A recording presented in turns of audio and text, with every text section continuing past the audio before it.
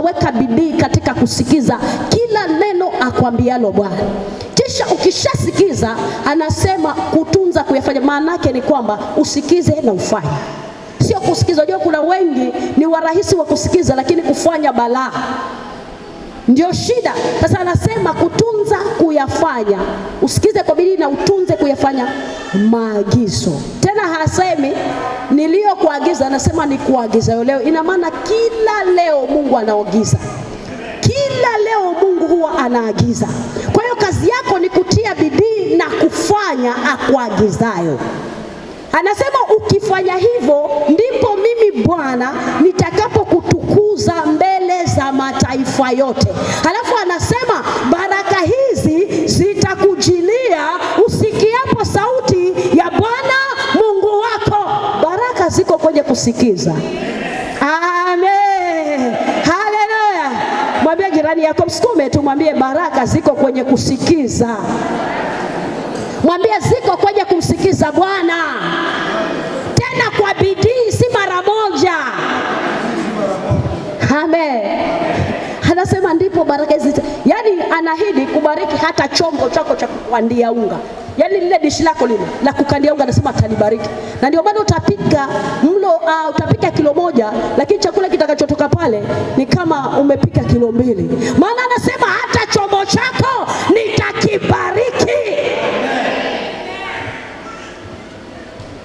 Bwana Yesu asifiwe. Haleluya. Kuna vitu ambavyo wajua sicho kichwa cha ujumbe, sijui kwa nini Bwana ananisukuma huko. Kuna vitu vingine tunangangana, vitu vingine ambavyo hatustahili kungangana. Yajua kuna vitu vingine yani hatujamuelewa Mungu. Bwana Yesu asifiwe. Anataka usikize. Yani hata ugonjwa pia uko kwenye kusikiza. Anasema utasikiza sauti ya Bwana Mungu wako kwa bidii. Na anasema utakapofanya hivyo, anasema sitatia tena maradhi niliyowatia wa Misri, kwa kuwa mimi Bwana nikuponyaye. Kwa hivyo hata uponyaji unapatikana katika kumsikiza Mungu. Baraka ziko kwenye kusikiza Mungu. Nyumba nzuri, mke mzuri, mafanikio, cheo, kuongezwa mshahara kuko katika kusikiza kwa bidii. Ninapomsikiza asubuhi, natakana msikize mchana. Nikimsikiza mchana, nataka jioni nitege sikio nimsikize anasemaje tena. Maana alichonambia asubuhi sicho atakachonambia mchana. Alichonambia mchana sicho atakachonambia jioni. Kila saa ana neno la kukwambia. Kazi yako ni kutia bidii. Sema amen. Sema amen. Nilikuwa nasikia tu nikwambia hivyo, sijui ni kwa nini. Sijui. Lakini bidii. Bidii. Mithali anasemaje? Na wapenda wale wanipendao, watakao nitafuta kwa bidii ndio watakao niona. Kumbe naye muona Bwana ni ule mwenye bidii. Sema amen. Haleluya. Yani ukimpenda Mungu na yeye anasema nakupenda tayari. Lakini cha ajabu ni kwamba anasema kule kukupenda, ile kwamba mnapendana haijatosha. Anasema atakayemwona ni mwenye bidii. Kwa hivyo anaweza kukupenda kwa sababu unampenda, lakini ukawa huwezi kumwona kwa mambo fulani. Lakini anasema anaonekana kwa wale wenye bidii. Bwana Yesu asifiwe. Amen. Nikiwa mahali pale, nimetoka nyumbani, Bwana akawa amenizungumzia. Amenipa ujumbe.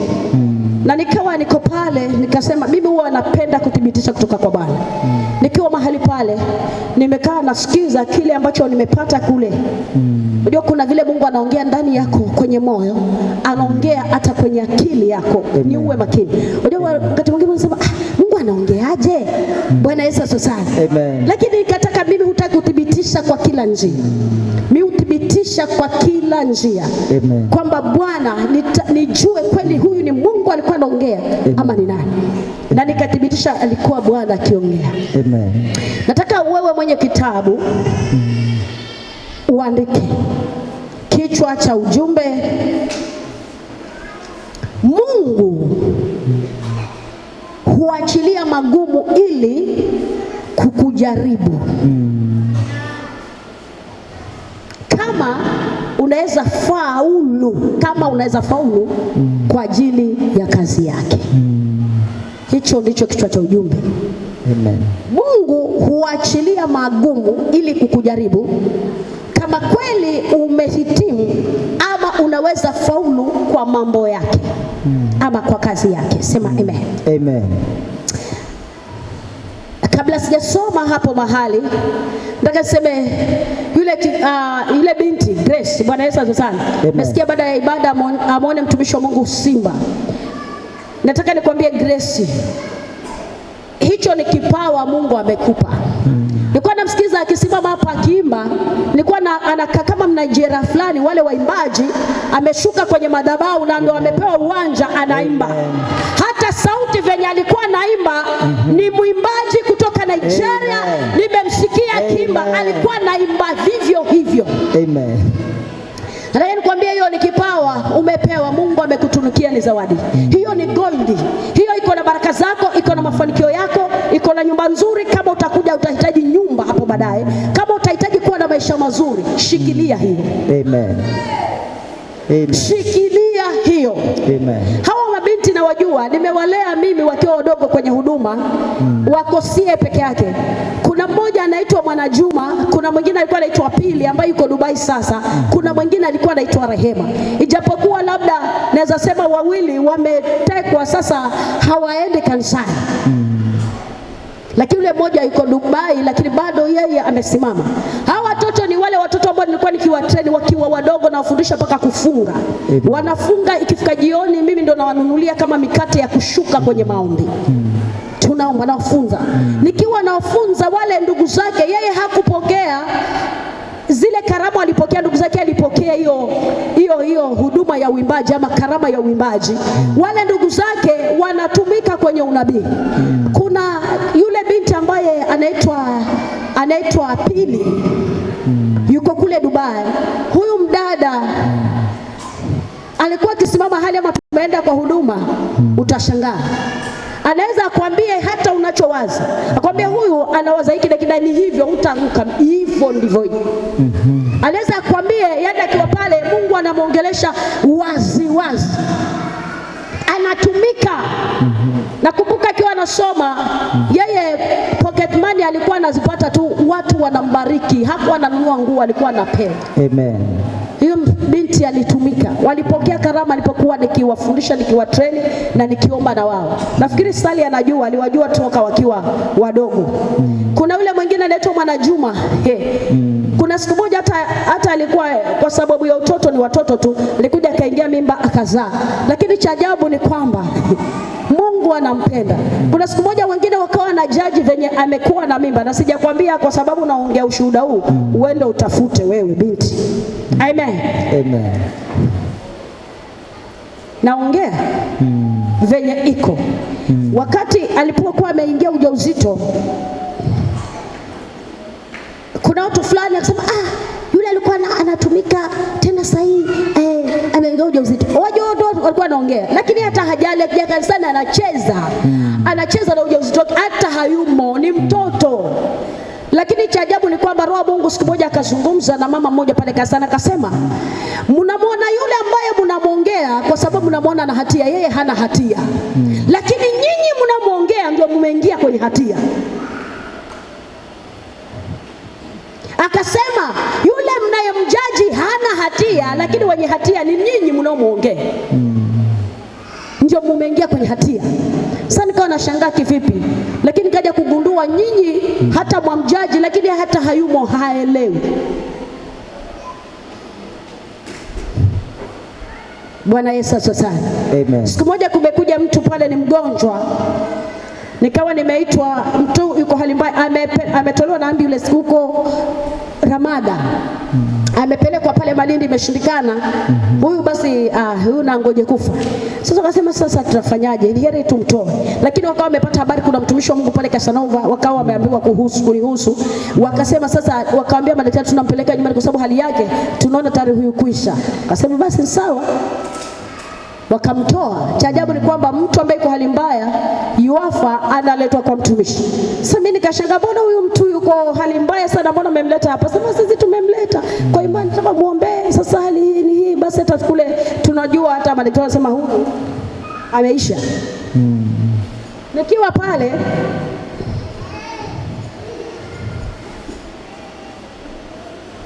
usiku wake ama jioni yake tulikuwa tunaomba. Huyo mgonjwa alikuwa analetwa kama kesho yake.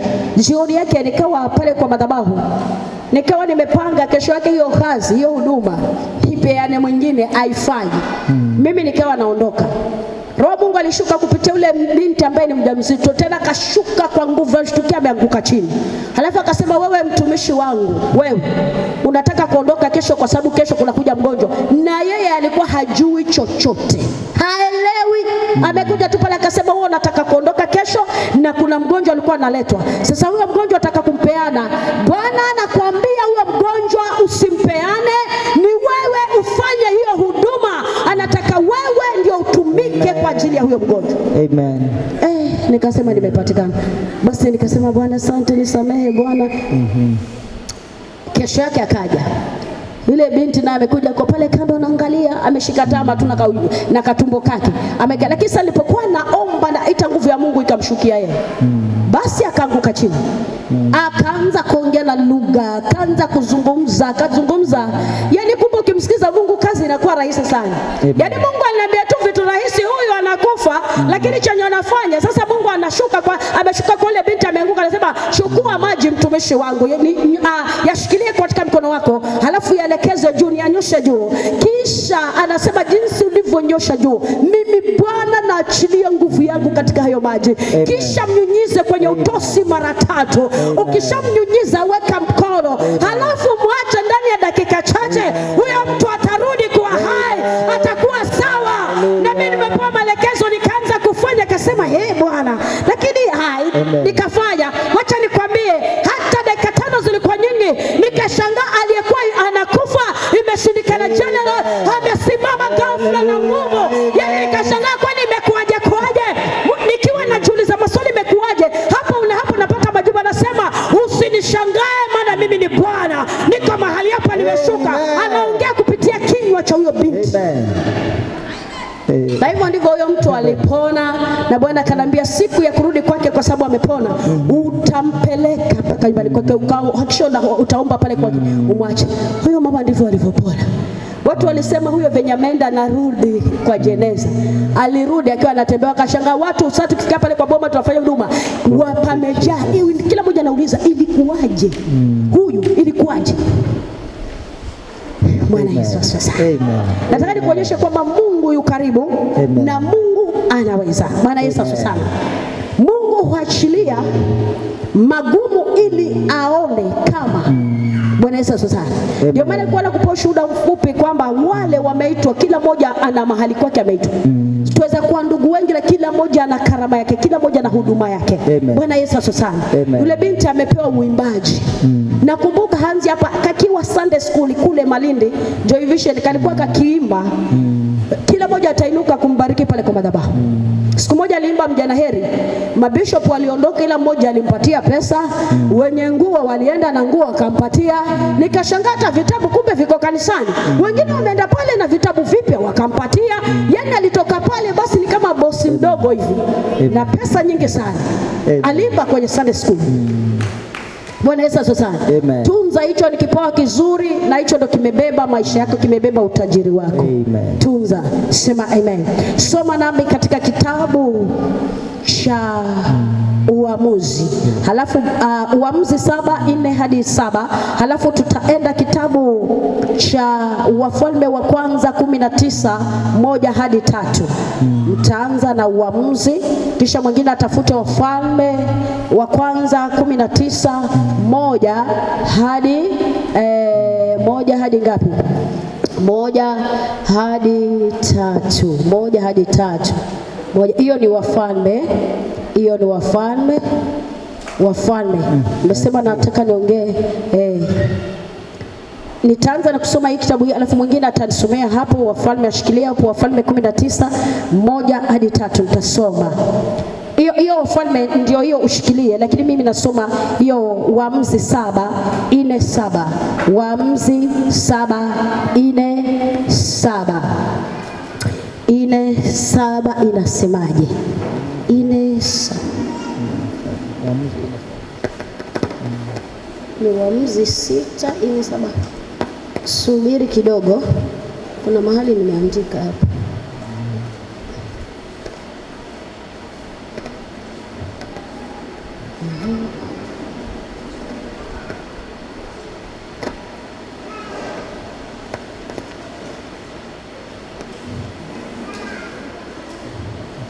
Nitasoma 4 Waamuzi 7:4-7 inasema, Bwana akamwambia Gideoni, hata sasa watu hawa ni wengi,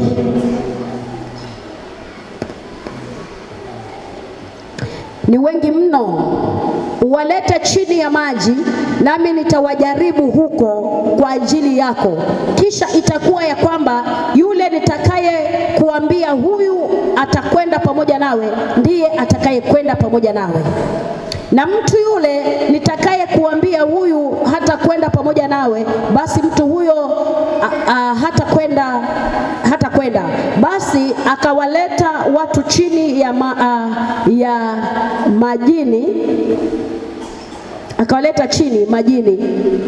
Bwana akamwambia Gideoni, kila mtu atakayeyaramba maji kwa ulimi wake kama vile arambavyo mbwa, huyo utamweka kando. Kadhalika mtu apigaye magoti na hesabu ya hao waliokunywa kwa kurambaramba walikuwa wakipeleka mkono kinywani ilikuwa watu 300, bali watu wengine wote walipiga magoti kunywa maji. Bwana akamwambia Gideoni, kwa watu hawa 300 walioramba maji nitawaokoa, nami nitawatia Wamidiani katika mikono yako, lakini watu hawa wote wengine na waende zao, kila mtu mahali pake. Basi wale watu wakachukua vyakula vyao mikononi mwao na tarumbeta zao, naye akawapeleka watu wote wa Israeli kila mtu hemani kwake, bali aliwazuia wale watu 300, na kabla ya Wamidiani ilikuwa chini yake bondeni. Ikawa usiku huo Bwana akamwambia, ondoka, shuka kambini, maana nimetia katika mikono yako, lakini ukiogopa kushuka, shuka pamoja na Pura mtumishi wako kambini, nawe utasikia wanayo yasema, na baada ya hayo mikono yako itatiwa nguvu, ushuke kambini. Bwana Yesu asifiwe. Amen. Nimesema naongea kuhusu magumu, ama Mungu huachilia mambo magumu ili kukujaribu. Bwana Yesu asifiwe sana. Hapa tumempata mtumishi wa Mungu Gideoni. Nataka usikize sana haya maneno ambayo tunayoongea leo.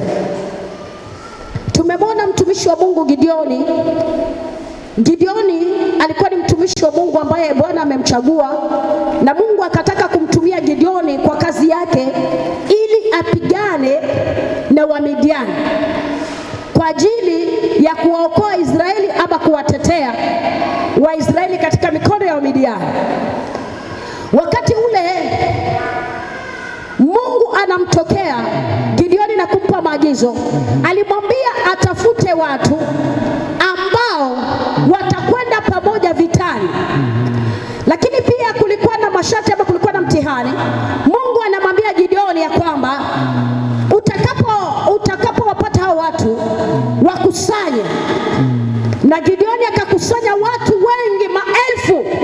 Maandiko yanasema ya kwamba Bwana akawatazama akawaona ni wengi, lakini shida si wengi, kuna kitu Mungu alikuwa anatazama. Maandiko yanasema ya kwamba Bwana akasema, nataka niwajaribu watu hawa ambao unakwenda nao vitani, kama kweli wanastahili ama wanaweza kufaulu kusimama na wewe, kukusaidia katika vita ama kukusaidia katika huduma. Nataka niwajaribu. Mungu anamwambia Gideoni ya kwamba hawa watu, mtihani ambao nitawapa ni huu, wapeleke majini. Ukifika kule, utakayemwona anarambaramba maji kwa mkono kama vile mbwa arambavyo maji, achukue mkono chote akunywe maji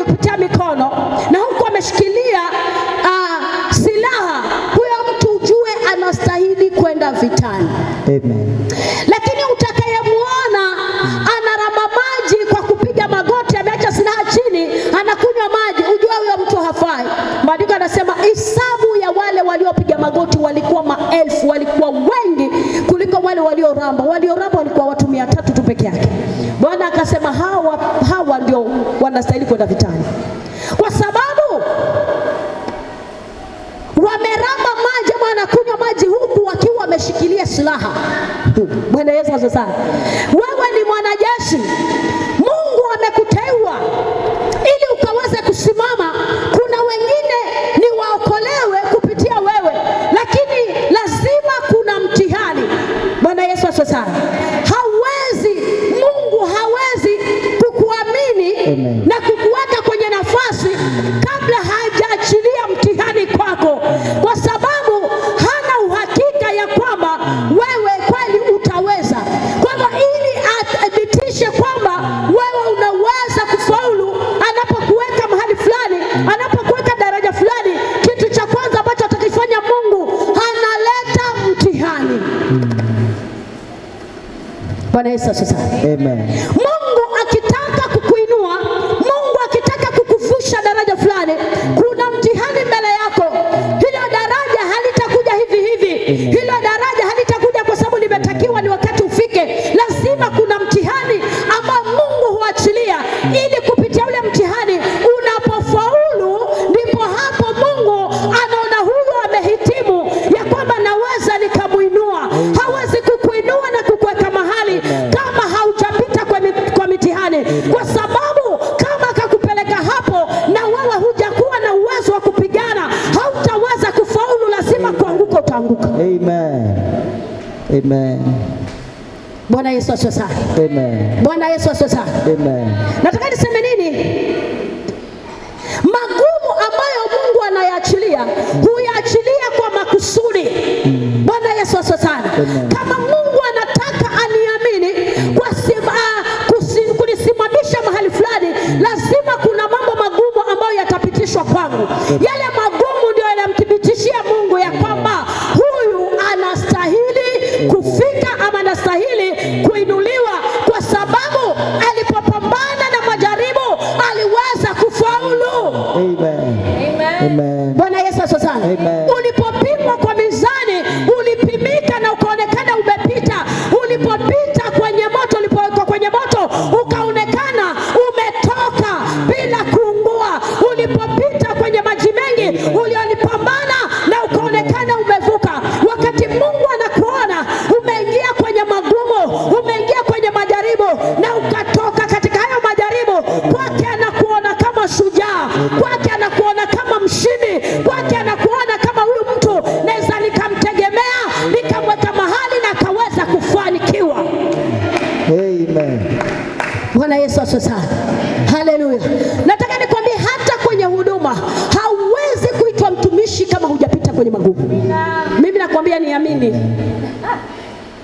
Kama hujapita kwenye magumu, na magumu, wacha nikwambie, wacha ile mitihani midogo, kuna mitihani ambao unaweza fikia mahali ukatamani. Sikiza nikwambie, nitakuonyesha mtihani wa mtumishi wa Mungu ambaye ana sifa ya kuwa nabii, ambaye alisema kwa neno langu hakutanyesha mvua, hakutakuwa na umande wala hakutakuwa, kwa neno langu, si kwa neno la Bwana, kwa neno langu. Yaani huyo mtu ni nabii, amejiamini na Mungu wake na imani inayokaa ndani yake, lakini nataka nitakuonyesha mahali alifikishwa. Amen. Bwana Yesu asifiwe. Ukiona vita ndogo inaweza kufungua akili, bado. Bwana Yesu asifiwe. Shida, wewe ni mtumishi wa Mungu, kama vita ndogo inaweza kukusumbua, bado unastahili uchongwe, utengenezwe, ili likirushwa lile guruneti, likirushwa lile bomu, hata likalipua halikuangushi ngo. Amen. Ndio. Mshale kama utarushwa unaweza kukuweka chini, itakuwaje kwa bomu? Asante Yesu. Bwana Yesu asifiwe. Amen. Haleluya. Haleluya. Kamshale kama kanaweza rushwa kwako na kakapata nafasi ukashindwa hata kusimama, inakuaje? Ndio maana Yesu akamwambia Bwana, watu walikuwa wanamlilia, wanawake wa Yerusalemu walikuwa wanamlilia, mwambie Bwana, tunakuonea huruma. Sikiza maneno Yesu anasema, ikiwa wameweza kutendea hivi mti mbichi, itakuwaje kwa mti mkavu? Huu ni mti mbichi, manake si mtu wa kawaida Yesu. Yesu. Yeye ametoka kwa Bwana, na kama wameweza kumtendea haya, je, kwa mti mkavu, wewe ambaye una sifa ya kuzaliwa na mwanamke, wewe ambaye una sifa ya kwamba ni mtoto fulani, itakuwaje kwako? Bwana Yesu asifiwe sana. Haleluya, haleluya. Lazima wakati magumu yamepitishwa na unapotoka, Mungu ushangilia na usema kwamba sasa hiki ndicho chombo ambacho naweza nikakitumia, maana kimeweza kupambana. Ngoja nikwambie, haikuwa rahisi Mungu kumwambia Samueli mpake mafuta Daudi. Mungu alimtazama Daudi amepambana na simba na akatoboa, akarudi akapambana na dubu akatoboa. Ndio maana akasema huyu anastahili mafuta, maana tayari amepambana na vita kali na ameweza kufaulu. Kama amefaulu kwa simba, amefaulu kwa dubu, basi kwa Mfilisti si chochote. Amen. Amina. Oh, hallelujah. Bwana Yesu asifiwe. Haleluya. Haleluya. Ndio maana yale mafuta yanaletwa mpaka wanatokezea kina Aminadabu, wanapita kina Eliabu, wanaonekana.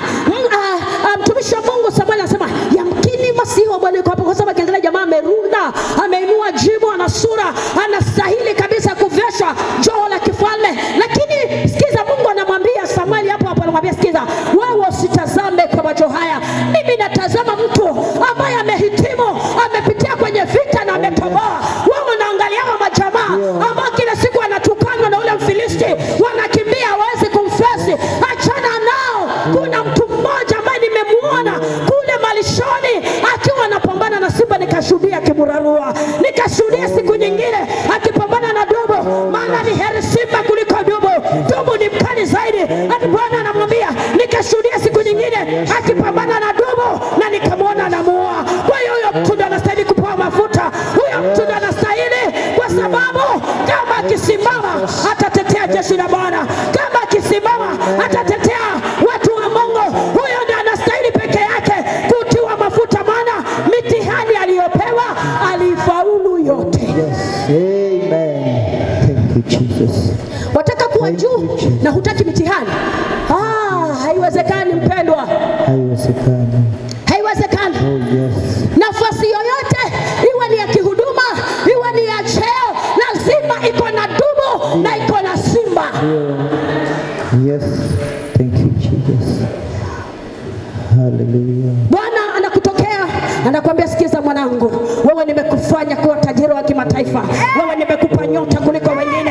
Wewe unafurahia, unashangilia, asante Bwana umenipa nyota, asante Bwana nipe nyota. Nyota ipo, lakini kabla hiyo nyota ya kung'aa unapambana na vita. Kabla hiyo nyota kufanya kazi, lazima upeleke nyikani, upambane pale, lazima upimwe kwenye maji. Je, unaweza faulu? Ngoja nikwambie, kunaweza rushwa mshale, kunaweza rushwa kitu kikarushwa kwako ili uangaliwe na yale ambayo Bwana amekunenea, na yale ambayo Bwana amekuahidi.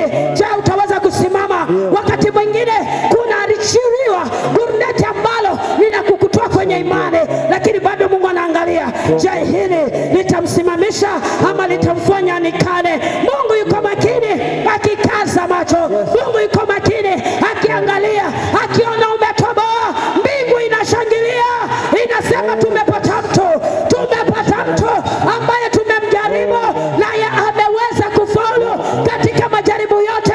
Huyu mtu anastahili taji, huyu mtu anastahili kuinuliwa, huyu mtu anastahili kubarikiwa, huyu mtu anastahili kutuzwa, maana ni chombo cha maana, ni chombo cha kutegemea. Haleluya. Amen. Si rahisi kama unavyofikiria. Kitambo niweze kusimama mahali kama hapa, unafikiri ilikuwa rahisi? Unaweza shangaa huyu mtoto mdogo alipambana wapi? Nikianza kukuelezea historia yangu unashangaa sana. Na mimi uzuri ni kwamba mashahidi huwa niko nao, dadangu yuko hapa, anajua kunipambania. Ninakaa kanisani peke yangu, mahali kuna msitu, natafuta Mungu, kisa huduma.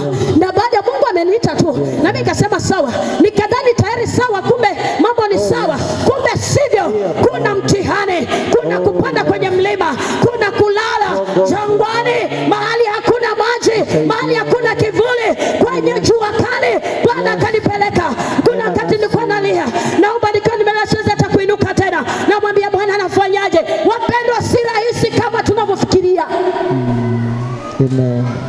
Amen.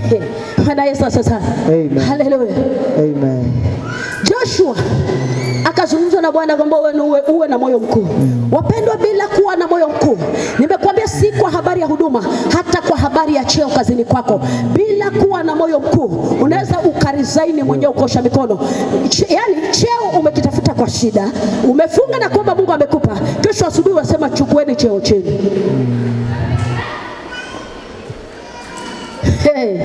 Haleluya. Si tambarare. Wengine wakasema kwa Yesu ni tambarare. Walikuwa wamekula simba na maharagwe, wameshiba. Si tambarare. Amen. Si tambarare. Yes. Amen. Si tambarare. Kuna milima na mabonde. Kuna milima na mabonde. Kuna kuchukizwa, kuna kuanguka, na kuna kusimama tena. Ukaze kwenda mbele. Sio jamani, wapendwa, tukiwa na roho ya jongo. Unamjua jongo? Jongo anaweza kuwa anafululiza kwenye safari yake, akiwekewa mguu ashajikunja, hautaweza kutoboa katika safari yako. Lazima uwe na moyo mkuu. Thank you Jesus. Ndio. Bwana Yesu asifiwe. Huwezi kutoboa katika ulimwengu huu. Mimi nakwambia, katika ulimwengu huu huwezi kutoboa kama huna moyo mkuu, kama huna moyo wa jiwe. Hata jiwe lavunjika, moyo wa chuma. Amen.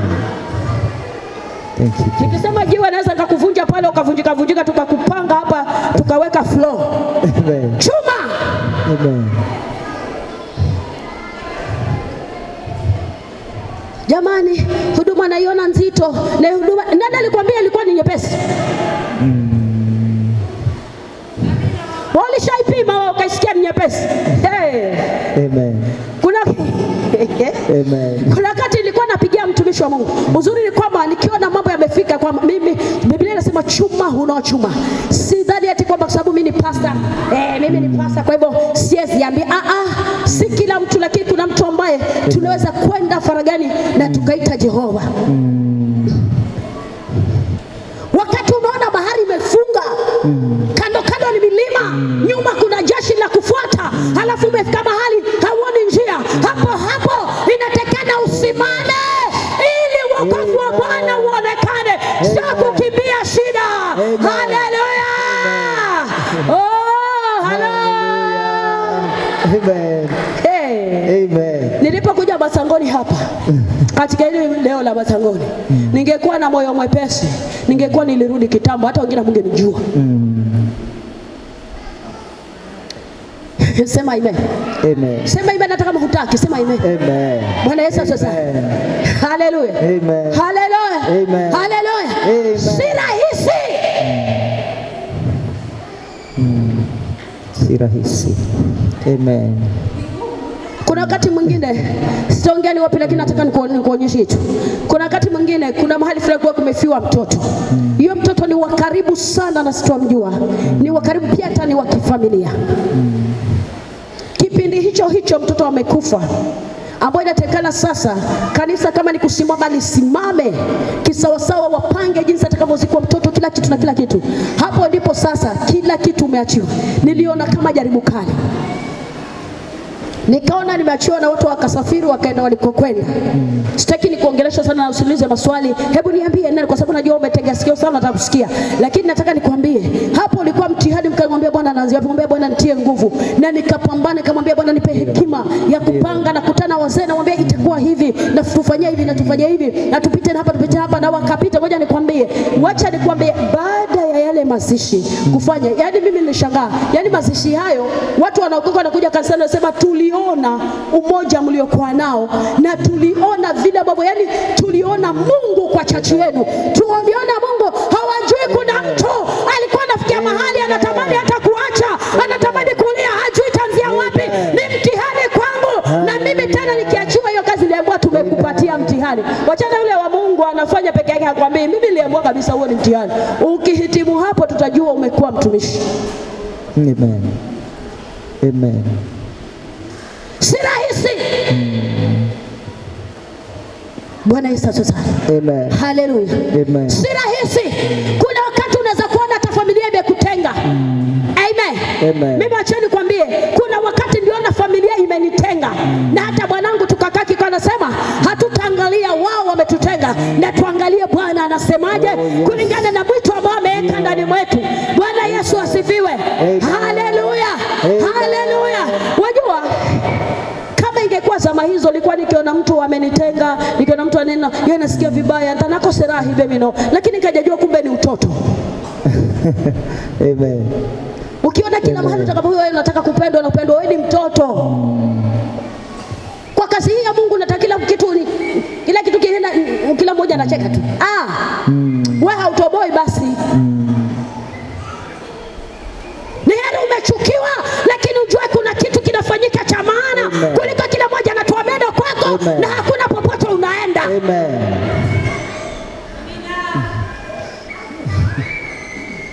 Bwana Yesu asifiwe. Haleluya. Gideon anaambiwa kwamba hawa watu ni wengi, hebu ni wajaribu.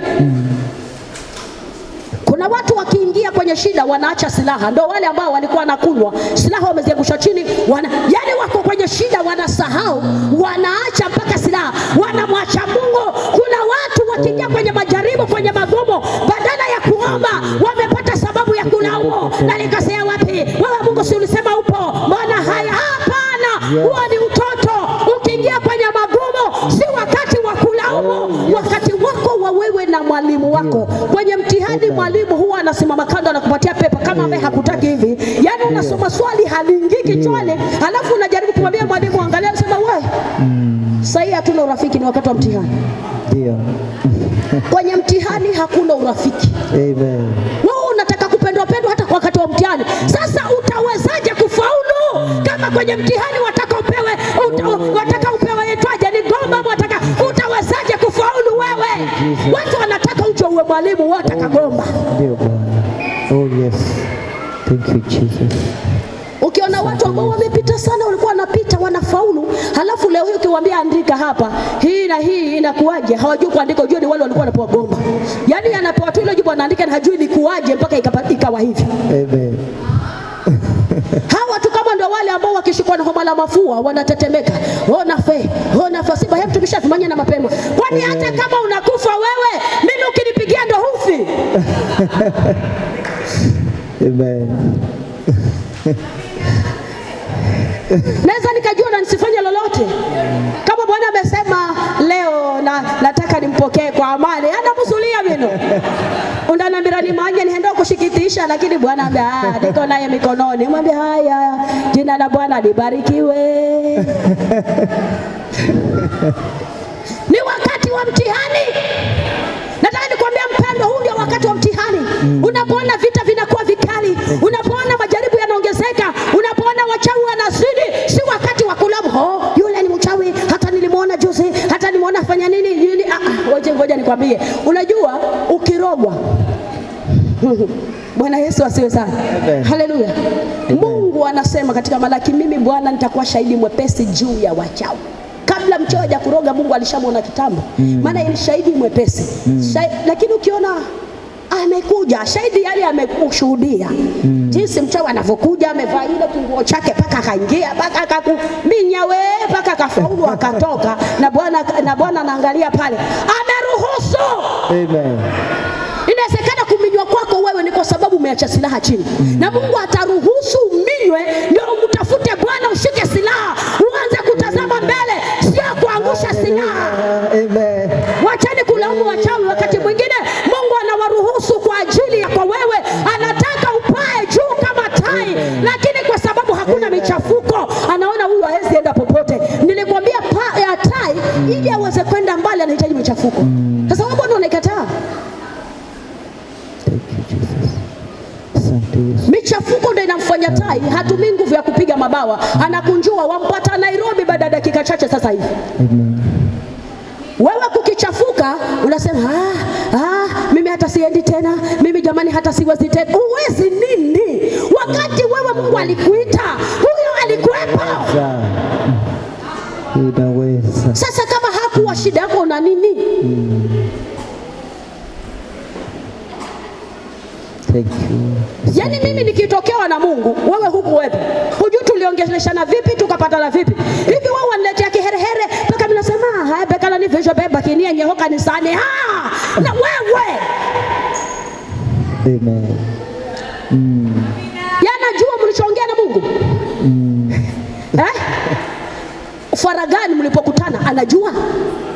Sasa kama hajui, huyu anakutisha vipi wewe? Mikataba uliyoifanya na yeye Mungu, hakukuwa na mama Keshakila, hakukuwa na huyu Keni, hakukuwa na nani yeyote yule. Ulikuwa wewe na Mungu, nyinyi wawili mkipatana, mchumba. Sikiza, ndugu na dada wanapokutana.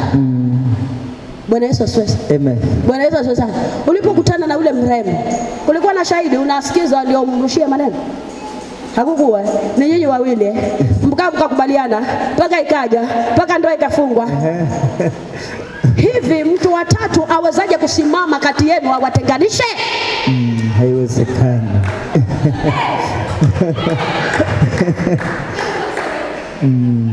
Bwana Yesu asifiwe. Amen. Tulioyaongea wewe hukuwa hujui kama tulitumia lugha ya Kizungu ama ya Kitaliani kuongea maneno mazuri. Tumepatana mpaka leo. Wewe ndaingia, ngoja pale, nitawafuruga. Wafuruga nani wewe? Wajivuruga mwenyewe. Hautanivuruga kwa sababu sina mapatano na wewe. Amen. Thank you Jesus. Thank you. Bwana Yesu asifiwe. Muangalie yule uliyepatana naye. Ukiangalia dunia hii, waweza kujitia kitanzi ukawacha watu wanapiga simu bure. Alafu sikio, kwa sababu anajua ushakufa, wataanza kuongea sema huyu alikuwa mzuri jamani. Yaani mwanadamu anaongelewa mazuri wakati hayupo, amekufa. Tena si eti umeenda Mombasa, umekufa. Wewe watu hawakuoni, ndio hapo kutaongewa mazuri. Bwana Yesu asifiwe. Haleluya. Amen. Lazima upambane. Lazima upite kwenye magumu. Pita. Wewe ni pita, lazima upite. Amen. Pigia makofi pita. Mapita ni wawili, kuna pita mwingine pale. Pita. Lazima upitie. Wewe ni pita, lazima upitie. Hauwezi kuwa ni pita na hutapita. Itakuwa hiyo jina haijakaa sawa.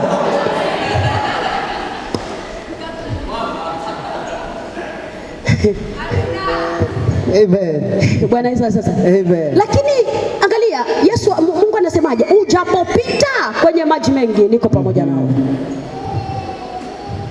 Yaani katika hayo magumu, wakati umeingia kwenye magumu, yuko pamoja nawe. Amen. Amen. Yuko pamoja nawe. Amen. Unapoingia kwenye maji mengi anasema niko pamoja nawe.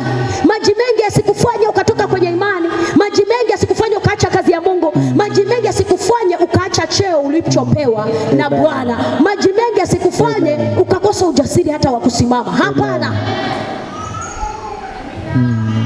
Amen. Bwana Yesu asifiwe. Nilisema kama dunia hii hutaki kusemwa, wahi mbinguni haraka.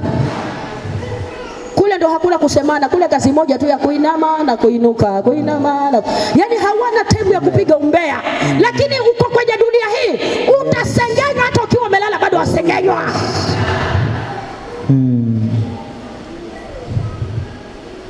Tapita. Amen. Bwana Yesu asifiwe. Amen. Wewe kwa hata mchungaji anasengenywa. Kweli si kweli? Niambie kama hunisengenyi. Ukiangalia wale wanaona sana juu hao ndio hao. Unaweza pata mtu anakoroga hata hana hofu ya Mungu. Musengenya we. Lakini tangu nilipoanza kusengenya kuna mahali nimebambuka. Wani sengenya. Mimi kila kichana na nenda mbele. Siku hizi hata mwanionaje? Si mwananiona nimenenepa kidogo. Shari tu anionaje wewe? Ukinisengenya ndio unazidi kunipaka mafuta ya kusonga mbele. Sema amen. Amen. Haleluya. Amen. Bwana Yesu sasa. Magumu ni mitihani. Mungu anataka kuangalia, je, tumehitimu? Wacha niwaambie, Mungu anaweza sababisha upite kwenye hali ngumu. Anaweza sababisha yani kila kitu maisha yako yakakauka. Pesa hakuna, madeni. Yani kila mahali unaongelewa wewe. Kwa nini? Ni mtihani kwako. Wakati mwingine unaweza ukalaumu, kumbe unaingia kwenye kukufuru kwa sababu ni wakati wako wa mtihani. Wakati wa mtihani huwa hatumlaumu mwalimu tukamtukana mwalimu, kwa nini umeletea mtihani? Kwa sababu huwa unafunzwa, lakini mwisho wa siku lazima kuwe na mtihani. Ule mtihani ndio utaongea kama unaruhusiwa kwenda mbele ama ni ubaki. Amen. Amen. Ndio maana maandiko yanasema kwamba majaribu hayakuwapata nyinyi isipokuwa kawaida ya wanadamu. Lakini pamoja na hayo, Mungu hutayarisha mlango ili aweze kutoka, ili muweze kustahimili. Tena anasema hamwezi kujaribiwa kupita muwezavyo. Huwezi kujaribiwa kupita kiwango cha imani yako. Ndio. Ukiona mtu anasema nilijaribiwa mimi nikaanguka, hebu nyore ni wakubwa kare. Mungu haruhusu jaribu likuangushe. Jaribu likija linakuimarisha, sio kukuangusha. Kwa hivyo ukiniambia kwamba jamani nilipitia majaribu ikabidi nikaanguka, wewe tayari ulikuwa ushaanguka, hata ni vile tu ulikuwa hujatuonyesha. Amen. Hakuna jaribu Mungu ataruhusu la kukuangusha. Mungu hajachanganyikiwa kwamba akupatie majaribu ili uanguke wokovu. Yeye akikupa jaribu anataka likuimarishe. Amen. Maana hicho ndicho kipimo cha imani. Yes. Amen. Kuna wengine utaona ni waimbaji wazuri kanisani, wanashangilia Bwana, tumemwona Bwana. Ngoja ajaribiwe ndio utashangaa. Hayumo. Anaenda anatafuta ni wapi nitaenda nitapata nini? Kwani yule Bwana aliyekuwa unamwimbia kwamba umemwona hapo mahali hayuko, sasa alihama.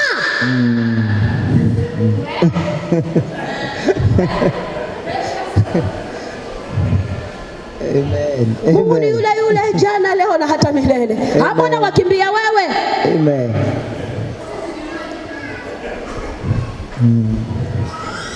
Bwana Yesu asifiwe.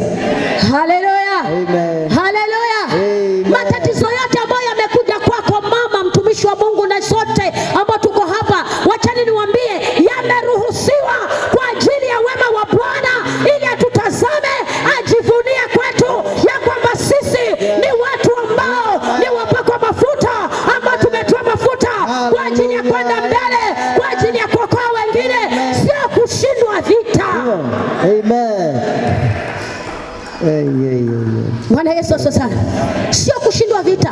Mama yangu, usishindwe vita kwenye ndoa, usishindwe vita pale kazini. Hapo kazini kumechafuka, mwambie mtuliza michafuko, mwambie wewe kumechafuka hapa bwana, wewe bosi wa michafuko unasemaje?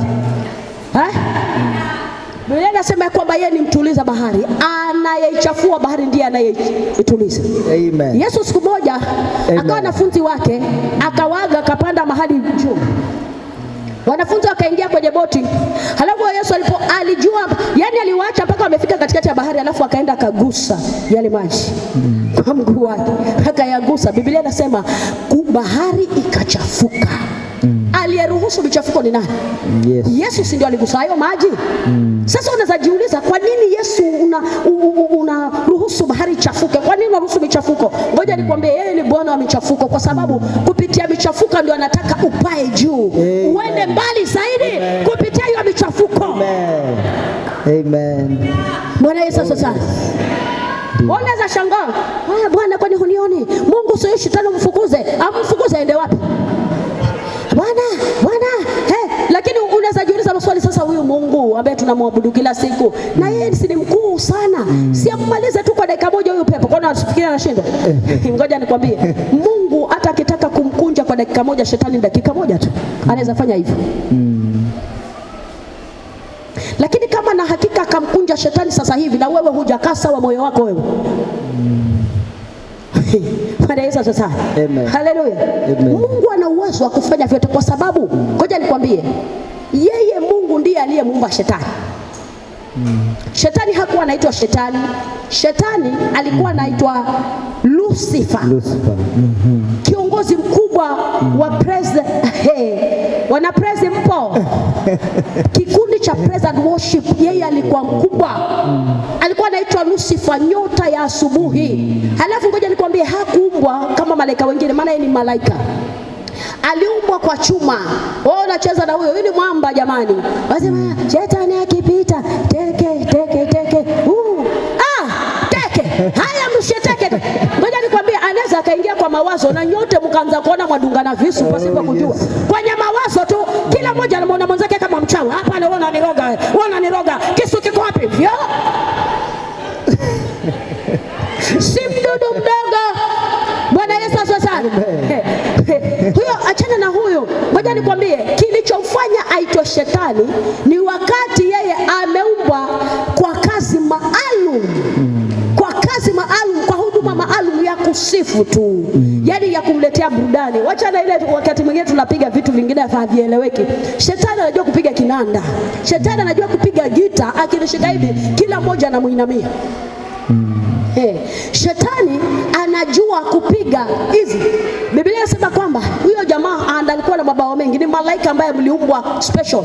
Nakwambia akiinua mabawa hivi, akifanya hivi ni guitars, na hapo kuna bass guitar, kuna ile solo, zote zinaimba. Akiinua mabawa mengine, ngoja nikwambie, ni kinanda, hata Lameki hamfikii. Lameki aenda kuiga huyo. Bwana Yesu asifiwe. Akiinua tena utasikia ule zile ngoma vile zinapigwa, utashangaa. Huyo mtu mmoja, jamaa mmoja ndo anapiga vyote. Kazi yake Mungu ilikuwa ni kusikiza tu burudani. Akisikia muziki, wao ukisikia unasikia wao watu wakubwa akisikia kutumbuiza, tumuite mwimbaji fulani. Yeye anasema mimi niko na mtu ambaye yuko juu ya vyote. Hebu njoo hapa. Anaenda pale anamtumbuiza, Bwana anasikia anajiona kazi niliyoifanya kweli ni njema. Anasikia burudani. Sasa ujinga wa huyu mtu ni huu. Alivyoona kwamba hakuna kama yeye, akadhani kweli hakuna kama yeye. Kwani hivyo atakunambia? Tangu alipofukuzwa hakuimbiwi tena huko mbinguni. Kunaimbiwa. Watu hawachezi drums huko. Acheza. Akajiona, unajua hiyo ndio shida. Mimi huwa naita ujinga, kujiona kwamba wewe ni wewe, hakuna kama wewe, ndio umeanguka. Anasema sikizeni, akaanza kuwashawishi malaika wengine, anasema sikizeni. Sasa si mnaniona mimi ndio mkubwa hapa. Si unaona hakuna mwingine aliombwa kama mimi? Ni kweli kabisa, unaona hivyo? Si wengine tukiangalia hivi tutoka michanga, lakini wewe jamani chuma. Anasema haya, sasa kama mumeelewa hilo, sasa nisikizeni. Angalia, tutakuwa tunafanya ibada mbili. Tunaanza ya Bwana, tukimaliza mnainamia tari mbili. Sikiza. Wakati alipokuwa akizungumza hayo, Biblia inasema yani dakika moja akakuta malaika amesimama mbele yake. Amekuja malaika, ni nani huyo? Ni Mikaeli. Akamwambia unaongea upuzi gani? Yani imesikika, kumetaharuki tayari kwamba jamaa anataka kuabudiwa, hata si Mungu tena. Ndio kutoka hapo akarushwa, kaambwa kuanzia leo huyo si malaika tena, wewe ni yani yeye ndiye alikuwa anaitwa Lucifer. Kwa mara nyingine akageuzwa jina shetani, pepo, joka. Hata wewe ukitaka unaweza ongeza lako hapo ukamuita, bora tu muite kulingana na vile ambavyo yeye hana maana. Bwana Yesu asifiwe sana. Amen. Akarushwa, na yeye alikuwa anafahamu lugha za mbinguni. Walipojua kwamba huyu, kwa sababu alikuwa anajua mambo mengi huku, jamaa akadhani ngoja, si hata najua lugha zenu huko, nitaharibu kila kitu. Aliporushwa jamaa, lugha zikachenjiwa zote mbinguni. Vile alikuwa amezoea kucheza kile kinanda kikachenjiwa tayari, watu wakapewa vitu yani vingine kabisa. Kwa hivyo hata haelewi kunaendelea nini. Kwa hivyo ukijidhani wewe unajua, hujui. Na ndio maana mara nyingi huwa pepo anapenda kuwamaliza waimbaji. Bwana Yesu asifiwe, watumishi wa Mungu. Asifiwe. Amen. Hivi mwajua shetani huwa anapenda sana kuwamaliza? Mwajua ama hujui? Boko zani amba waimbaji wengi wa nyimbo za Injili waliokuwa wanaimba vizuri kabisa hawakuwa na maisha marefu. Amini mimi, niamini tena nakwambia. Kina Angela Chibalonzo walikuwa naimba vizuri. Wako wapi? Kwa sababu kwenye uimbaji, ikiwa hutakuwa makini ukaingiza kiburi kidogo, ashakumaliza huyo jamaa. Kama kuna watu shetani anataka kumalizana nao ni waimbaji, maana hataki hiyo huduma, kwa sababu hicho kiburi chake ndio kilimfanya afukuzwe. Amen. Amen. Hallelujah. Amen. Nilikuwa nakupa picha ya huyu jamaa. Bwana Yesu asifiwe. Amen. Nataka nikuingize kila kitabu kingine, hebu si ukisoma mara moja ili tufanye tumalize. Nisomee hicho kitabu. Wafalme wa kwanza 19:1-3. Ndasoma. Basi Ahabu akamwambia Yezebeli habari ya mambo yote aliyofanya Eliya na jinsi alivyowaua manabii wote kwa upanga. Ndipo Yezebeli akampelekea Eliya mjumbe kusema, miungu wamenifanyia hivyo na kuzidi, nisipokufanya roho yake kesho panapo wakati huu kama roho ya mmojawapo wa hao. Naye alipoona hayo aliondoka, akaenda aihifadhi roho yake. Akafika Beersheba, mji wa Yuda, akamwacha mtumishi wake huko. 4. Lakini yeye mwenyewe akaendelea katika jangwa mwendo wa siku moja, akaenda kaketi chini ya mretemu, akajiombea roho yake afe, akasema, yatosha sasa, Bwana, uiondoe roho yangu, kwa kuwa mimi si mwema kuliko baba zangu. 5. Naye akajinyoosha akalala chini ya mretemu, na tazama, malaika akamgusa akamwambia, inuka ule. Akatazama, kumbe pana mkate umeokwa juu ya makaa na gudulia la maji kichwani pake. Akala, akanywa, akajinyosha tena. Malaika wa Bwana akamwendea mara ya pili, akamgusa, akasema, inuka ule, maana safari hii ni kubwa mno kwako. Akainuka, akala, akanywa, akaenda katika nguvu za chakula hicho siku 40 mchana na usiku, hata akafika. Amen. Bwana Yesu asifiwe sana. Tunampata mtumishi mwingine hapa, Elia, yule ambaye nimekwambia kwamba ana sifa ya imani. Anaweza akakausha, akitaka kukausha maji atakausha kwa dakika chache. Jamaa anatembea kwa imani. Unajua Elia alikuwa nabii, lakini yeye ni mtu wa imani. Yaani alikuwa anatumika sana katika ofisi ya imani. Imani pia ni karama. Kuna karama ya imani. Bwana Yesu asifiwe sana. Lakini nataka nikuonyeshe mtu si rahisi. Hata kama Mungu atakutumia, utafanya miujiza mikubwa, magumu yakifika, yakikukuta. Bwana Yesu asifiwe sana. Maandiko yanasema ya kwamba akaletewa habari na Jezebeli. Ndio bado tumesikia tuambiwa usije ukapitiliwa ukasema niiteni Jezebeli. Bwana Yesu asifiwe. Kila jina la madaki. Jezebeli, pepo la ukahaba, roho iliyokuwa ndani ya huyu mwanamke Jezebeli. Biblia inasema ya kwamba akatoa taarifa kama kamwambieni Elia, kwa sababu Elia alikuwa kuna watu ambao walikuwa wamekufa na yeye alikuwa amehusika. Bwana Yesu asifiwe. Akasema kamwambieni miungu na inifanyie hivyo hivyo, kama kichwa chake nisipokifuta kwa sahani huyo mtu. Sikiza nikwambie, anayeambiwa hivyo si mzee wa kanisa. Anayeambiwa maneno hayo si kiongozi wa ibada kama Charity. Anayeambiwa maneno hayo ni mtumishi wa Mungu, nabii, ambaye akisimama tujua Bwana amesema. Yaani Elia akisimama ni Mungu amenena. Yaani yeye yuko kwenye ofisi ya Bwana, atakachosema ni Mungu amenena. Lakini maandiko yanasema ya kwamba Jezebeli haogopi. Pepo usifikirie atakuogopa eti kwa sababu ya kiwango cha huduma yako. Shetani haogopi kiwango cha cheo yako, cheo ulichonacho. Usifikirie shetani atakuogopa na hicho cheo chako, hakuogopi. Ujumbe unamfikia kwamba kichwa chako nakitaka sahanini, utakuwa kama hao.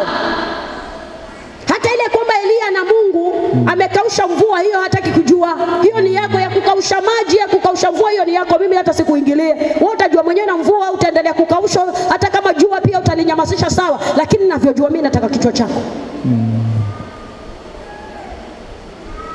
Huyu mama alikuwa amejiamini. Na maandiko yanasema kwamba habari zikamfikia Elia. Elia aliposikia maneno hayo akaanza. Sasa unajua kuna wakati unaweza kuona kwenye shida unakimbia mpaka ukaona kabisa pikipiki itakuchelewesha, gari itakuchelewesha, heri uanze na miguu.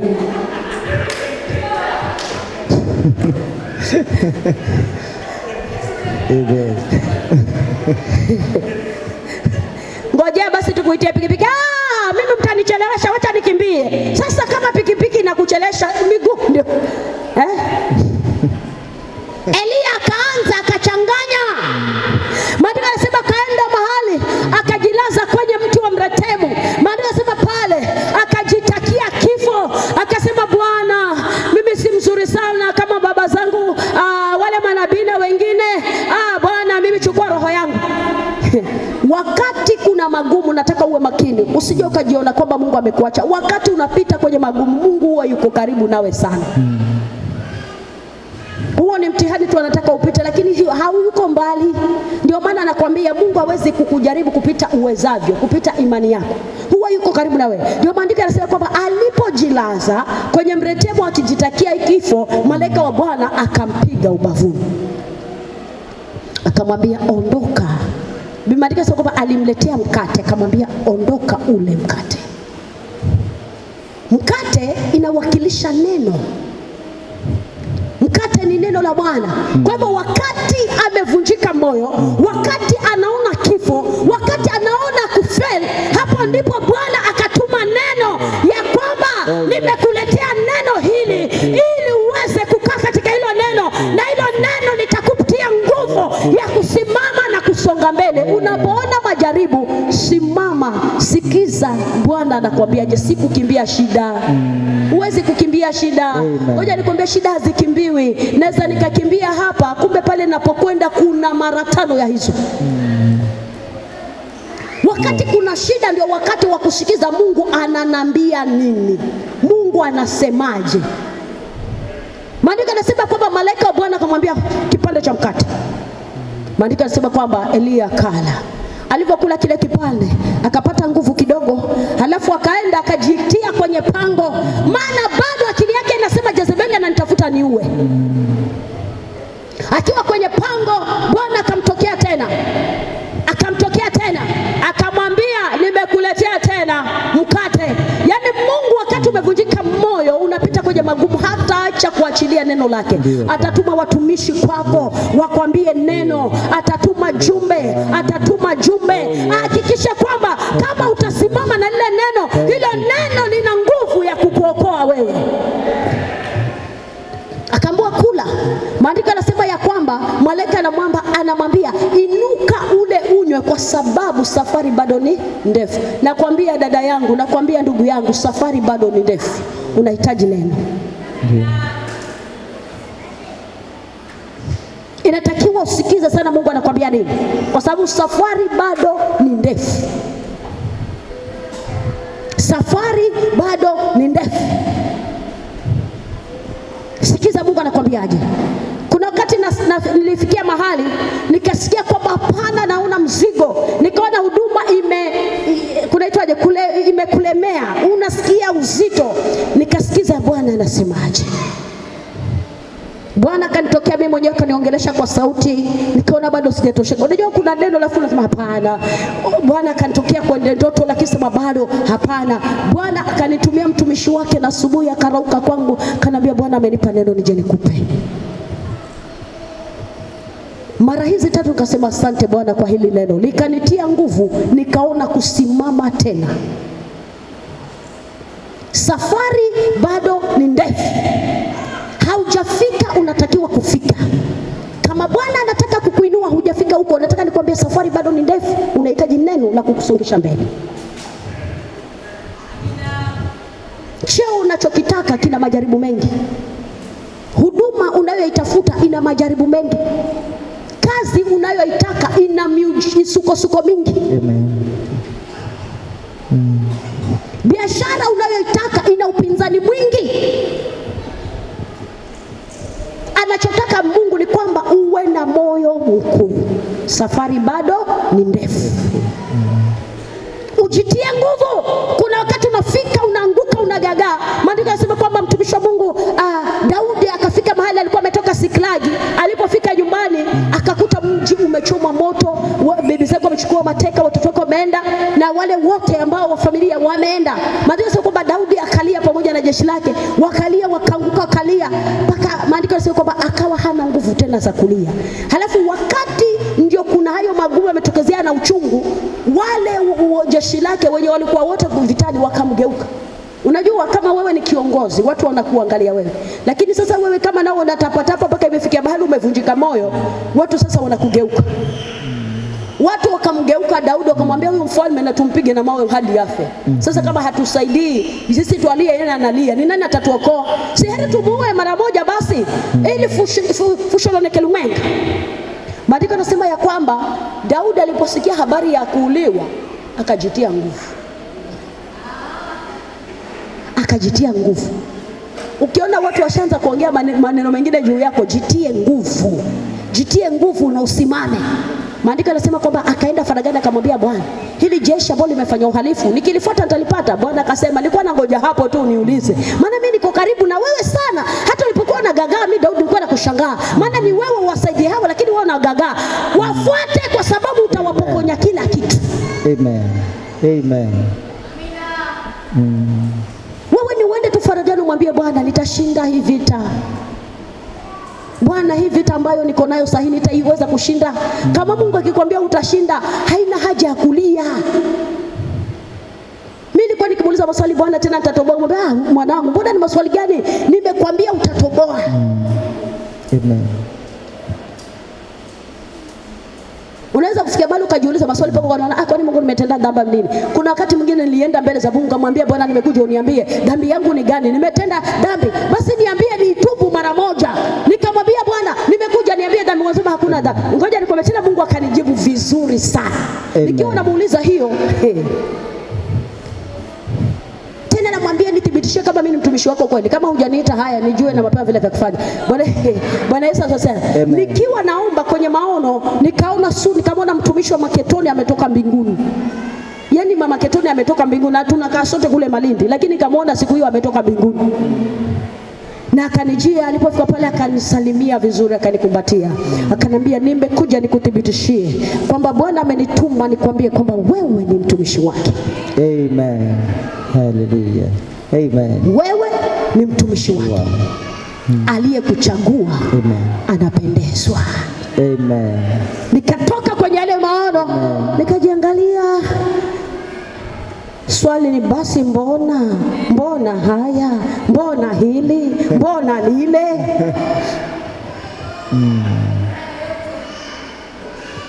Bwana Yesu asifiwe sana. Amen. Bwana Yesu asifiwe.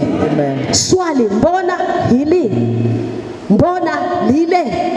Lakini hilo sio wakati wako ukajiuliza hilo swali. Si wakati wako wa kupambana nayo.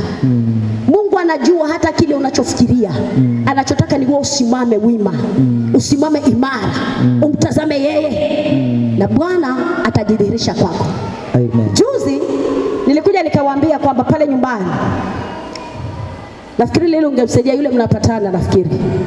Bwana Yesu asifiwe sana. Amen. Pale nyumbani tuko na ushirika. Kila jioni saa 1 kasoro tuko na maombi pale, na niko na group tunaomba.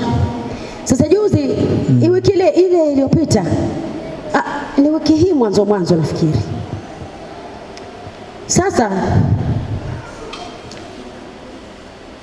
nikawa na maswali ninayo mimi. Sawa.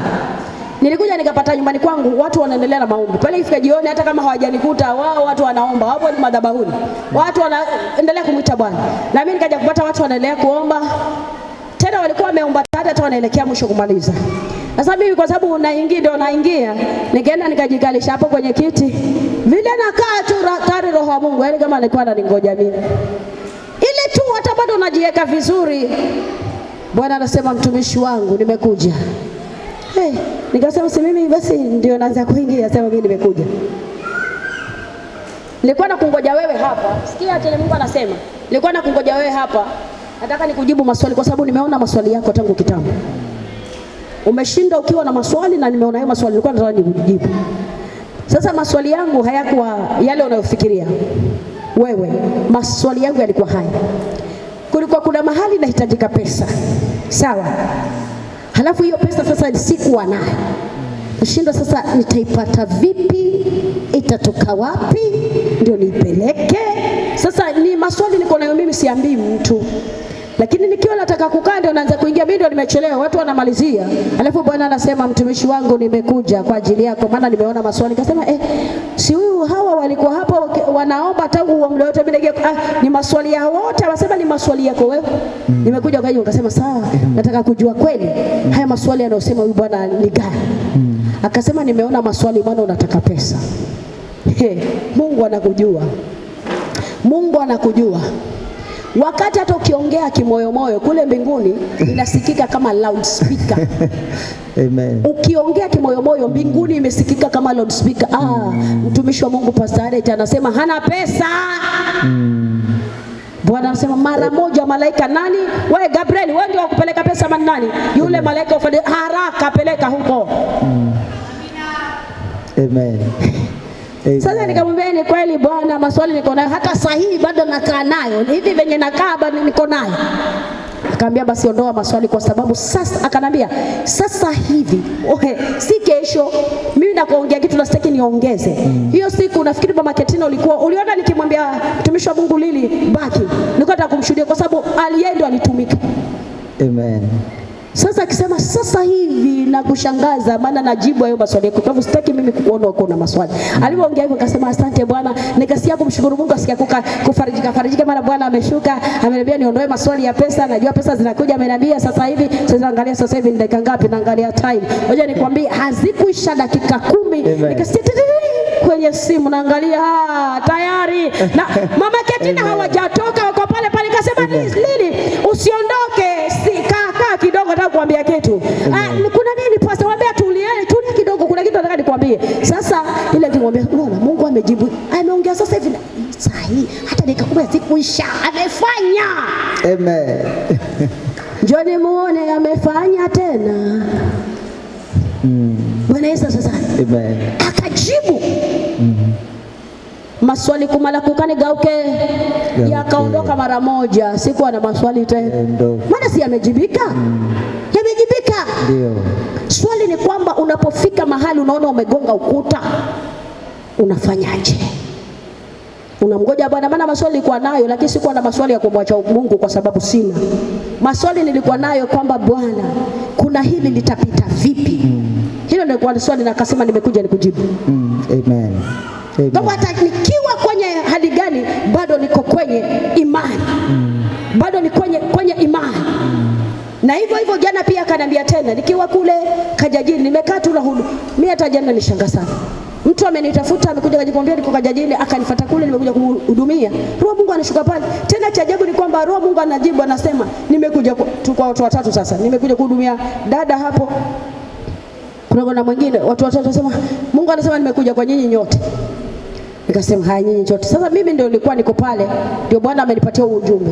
Bwana kaongea kwa yule wa kwanza akasema ni hivyo, hata nikambe nilikuwa nishakwambia. Chenye Mungu ameongea ni hivyo kabisa. Akasema sawa.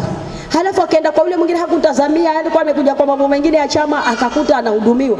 Akasema basi hata usiku nilikuwa nimeota kwamba wewe pastor tu unanifanyia operation na mtu mwingine sikujua ni nani. Nikamwambia sasa hii ndio operation ni Mungu alikuwa anafanya. Sasa ikawa imethibitika kwa Toelisa amesema nyote, inamaanisha mimi nipo.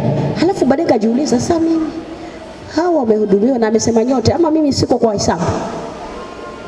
Ghafla mwingine pale akapandisha Roho Mtakatifu akapanda. Yaani hilo swali niko nalo mimi sikuuliza mtu. Akapanda tayari Roho Mungu pale akasema na kujibu swali lako maana nimekuona swali lako. Hapo. Nikasema anasema si nimekuona sasa hii unauliza swali ndani yako. Unasema sasa hao wamehudumiwa, mimi vipi inakuwaje na Mungu amesema kuja kote. Sasa sikiza. Swali lako nalijua wewe. Nalijua. Na Mungu anajua yale maswali yangu mahali yanatokea. Anayajua. Bwana Yesu sasa akasema nalijua swali lako. Si lile. Nikasema ni hilo Bwana. Akasema sasa hivi. Bwana Yesu sasa. Aliponiambia sasa hivi si nirudi nyumbani nikiwa nacheka, sema pigia makofi Bwana. Sitaki kujua sana. Amen. Haleluya. Kwa sababu ukiwa na swali kule ishasikika. Nataka nikuonyeshe kwamba Mungu anaweza. Hata ukiwa kwenye matatizo, ukiwa kwenye mambo magumu, ukiwa kwenye shida, ukiwa kwenye hali yoyote, nataka umwamini Bwana na ujue na moyo mkuu. Kitakachokuwezesha wewe kufaulu ni kuwa na moyo mkuu. Usiangalie ni mapito gani unapitia. Usiangalie wengine wanasemaje. Ngoja nikwambie, Mungu anajua ni lini mambo yako yatakaa sawa. Mungu anajua mpaka siku ambayo atakuinua wewe kuwa tajiri. Mungu anajua mpaka ile siku ya kwamba wewe utakuwa mtu mkubwa. Anajua. Anataka usimame katika imani na umtegemea yeye na usivunjike moyo na usitoke nje ya imani. Bwana Yesu sana. Katika hali hii tunaenda mbele za Bwana, nataka nikupe nafasi ya kutamka neno mbele za Bwana. Inawezekana kuna mambo unayapitia, kuna magumu unayapitia, kuna hali ngumu unayapitia, kuna matatizo unayapitia, kuna magonjwa unapambana nayo, kuna shida, ni njaa, ni dhiki. Inawezekana kuna watu wako kinyume na wewe. Hiyo si jambo la kukufanya ufadhaike, si jambo la kufanya uvunjike moyo, si jambo la kukufanya utoroke, si jambo la kukufanya yani umefikia mahali tujue utaanzia wapi. Kunaye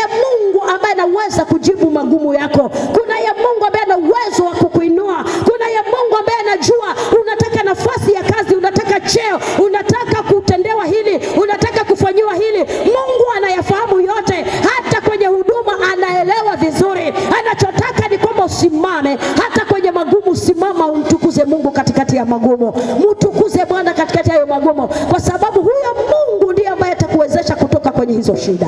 Sema amen. Nataka usimame kwa miguu yako, twende mbele za Bwana.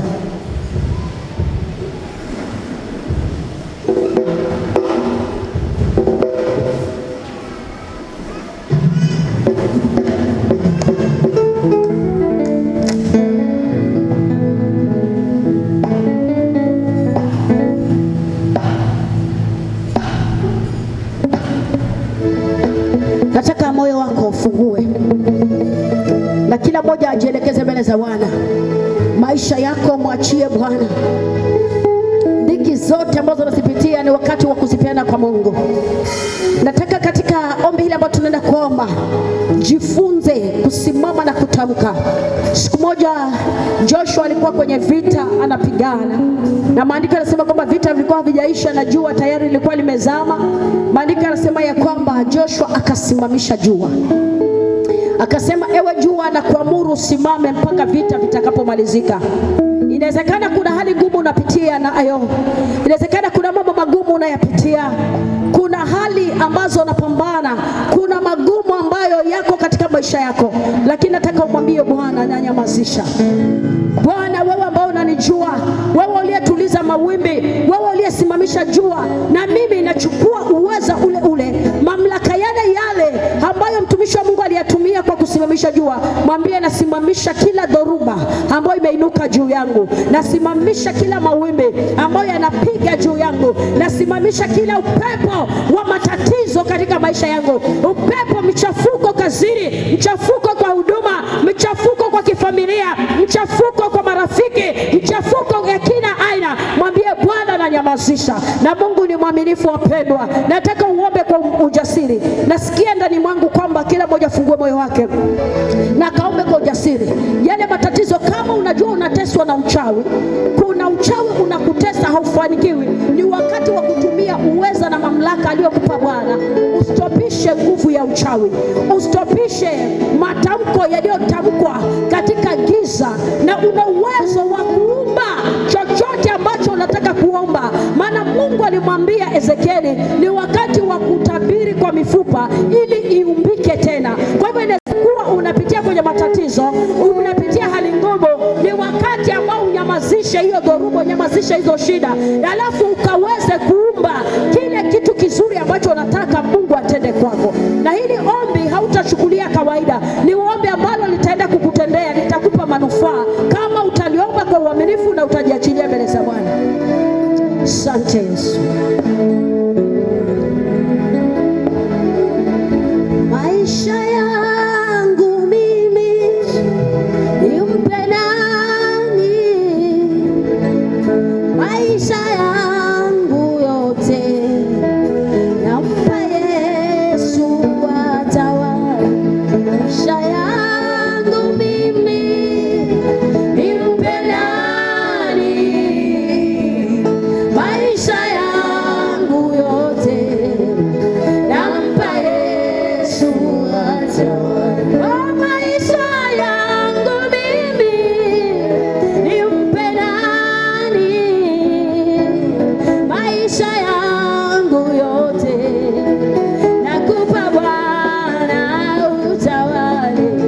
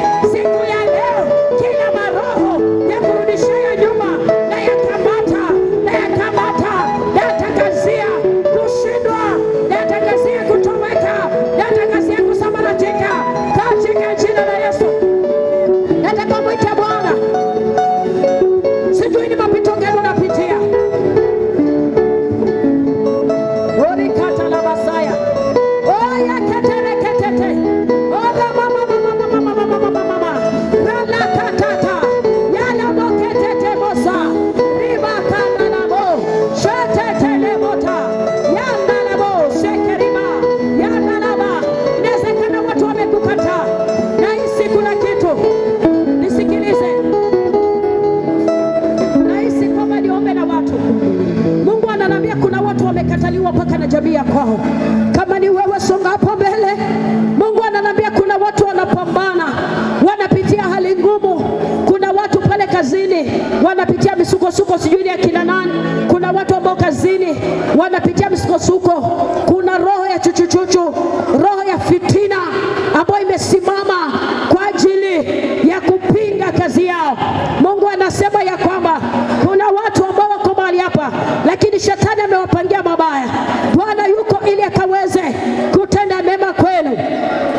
Uko mahali hapa na unahisi kuna vitu kabisa unavipitia, kuna mambo ambayo unakumbana nayo, kuna matatizo unayopitia katika familia, katika sehemu ya kazi. Kuna wengine wamepitishwa kwenye hali ngumu, hawajui wataanzia wapi, wanahisi kukwama, hawahisi kuendelea. Inawezekana kuna mtu anahisi kukwama katika maisha yake, anaona giza. Nataka usonge hapa mbele. Inawezekana kuna mtu anahisi kukwama kihuduma, ni wakati wa kusonga hapa mbele. Ikiwa unahisi kabisa wewe unahisi kukwama kihuduma, yani kuna kitu ambacho kimesimama, wewe mwenyewe hujui, lakini ndio chanzo cha kuangusha huduma yako, songa hapa mbele. Hiyo siogope ati kwamba mimi ni mtumishi wa Mungu, yeyote yule, kwa sababu shetani akianza kukupiga haogopi mtumishi. Kama aliweza kusimama Jezebeli na kumwambia nabii wa Bwana aliyeweza kusimamisha mvua, akamwambia nitakiweka kichwa chako kwenye sahani. Shetani, nimekwambia haogopi cheo chako. Shetani haogopi ili kwamba tu unaombea mapepo. Shetani haogopi hiyo. Wewe unaweza kuona kuna vitu vimekuandama na ujui, kumbe shetani amepanga kukumaliza. Ukaona kabisa ni Bwana, kumbe shetani amepanga kukumaliza. Nataka niombe na wewe. Lili, njoo hapa. Fungua. Bado nakusubiri. Bado nakusubiri. Nataka ujiachilie mbele za Bwana. Nataka ujiachilie. Kuna watu mahali hapa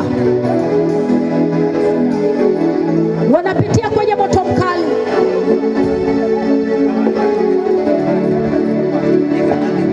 Wanapitia kwenye mahangaiko. Lakini nataka nikwambie Bwana yuko hapa mbele. Hata kama uko huku wewe ni mwimbaji na wewe bado unapatikana kwenye hayo, shuka chini.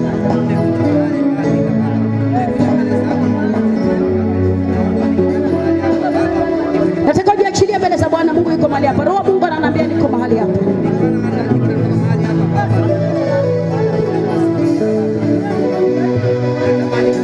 Nataka ujiachilie mbele za Bwana.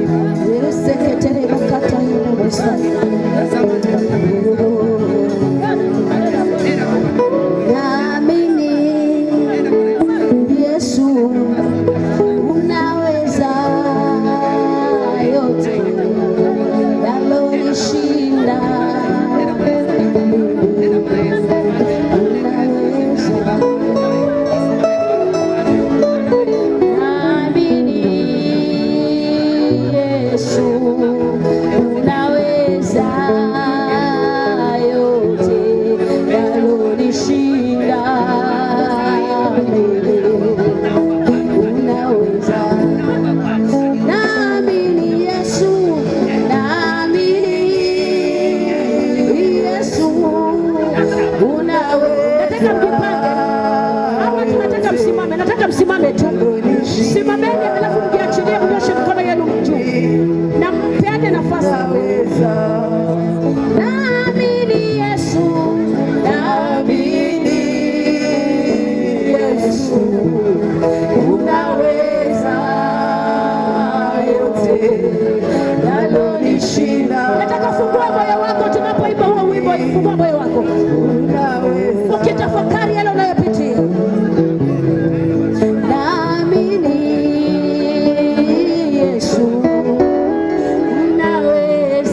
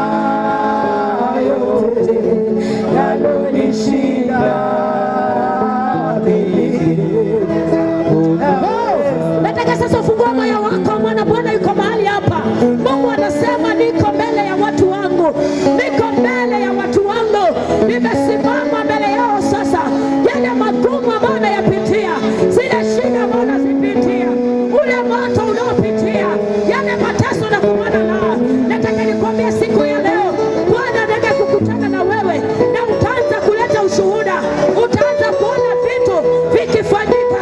Baba, katika jina la Yesu nakuita Baba, kwa ajili ya wateule wako, nakuita Yesu, nakuita Baba.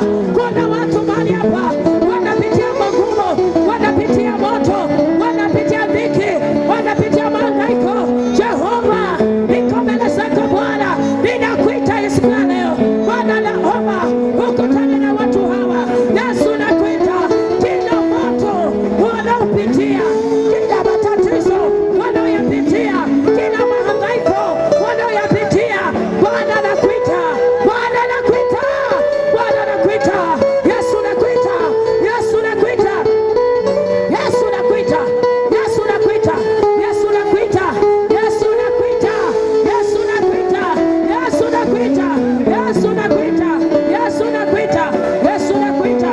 Jehova ninakuita, Jehova nakuita, Yesu nakuita, Yesu nakuita, Yesu nakuita, Yesu nakuita, Yesu, Yesu, Yesu, Yesu, Yesu, Yesu, Yesu, Yesu, Yesu. Bwana nakuita, Bwana nakuita, Yesu nakuita, katika jina la Yesu, katika jina la Yesu. Nataka mwite Bwana, yatamkie hayo magumu, yatamkie. Ni mambo gani unakumbana nayo? Ni magumu gani unayapitia?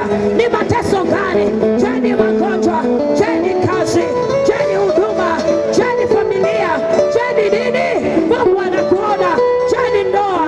Je, ni ndoa? Mwambie Bwana, mwambie Bwana, mwambie Bwana, mwambie Bwana. Yesu nakuita, Yesu nakuita, nakuita Yesu, nakuita, nakuita Jehova, nakuita Baba yangu, nakuita Yesu, nakuita Jehova, nakuita Baba, nakuita Jehova, nakuita Yesu, nakuita, nakuita Bwana, nakuita, nakuita Jehova.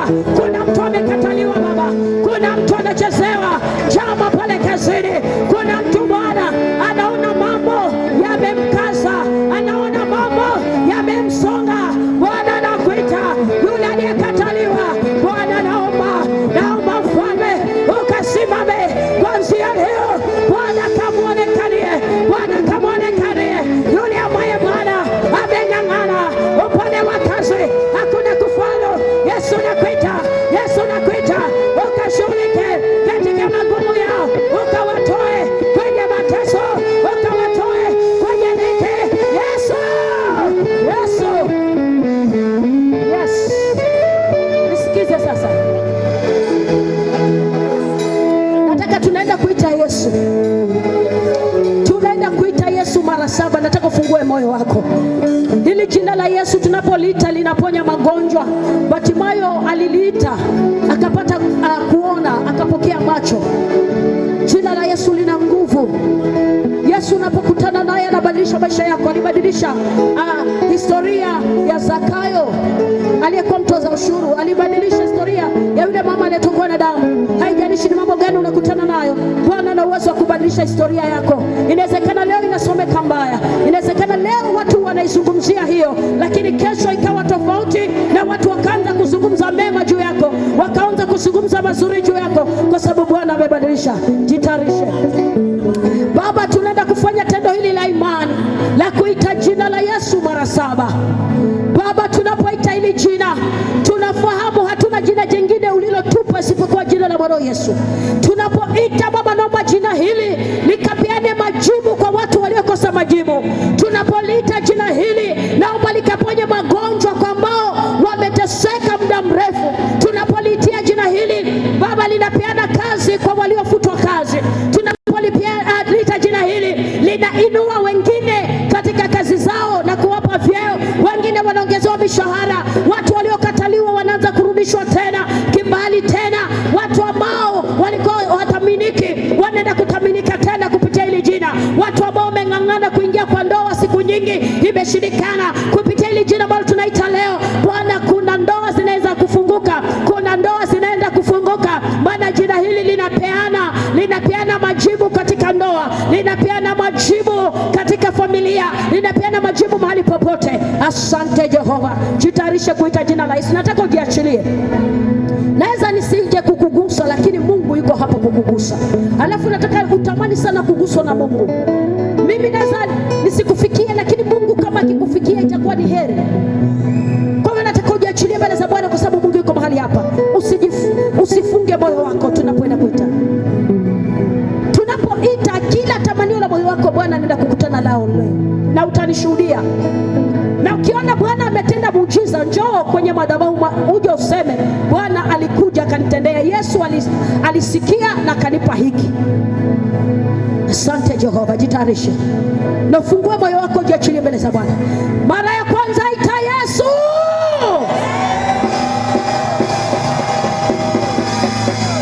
Mara ya pili ita Yesu.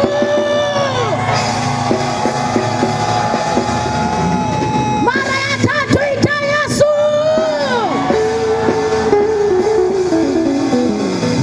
Mara ya nne ita Yesu. Mara ya tano ita Yesu. Mara ya sita ita Yesu.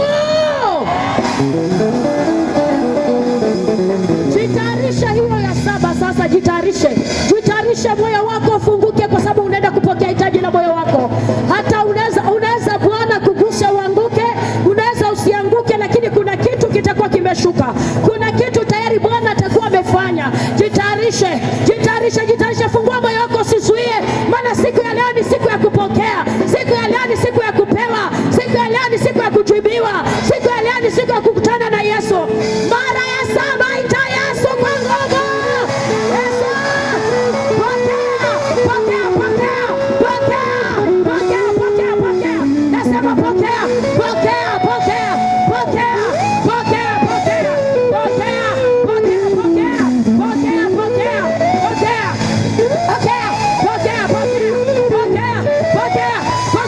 Nasema